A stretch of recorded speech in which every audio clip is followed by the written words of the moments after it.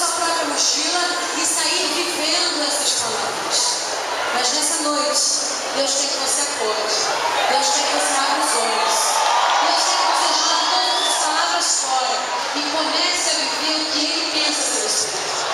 O que Ele diz a seu respeito. O que Ele sonhou a seu respeito.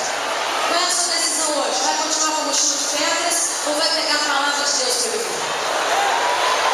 Eu prefiro a palavra de Deus para viver. Gente, vamos cantar essa canção. Vamos levantar do chão. Vamos decidir levantar, seguir, correr. Porque o que Deus tem para nós é muito melhor do que as pessoas têm dito a nosso respeito.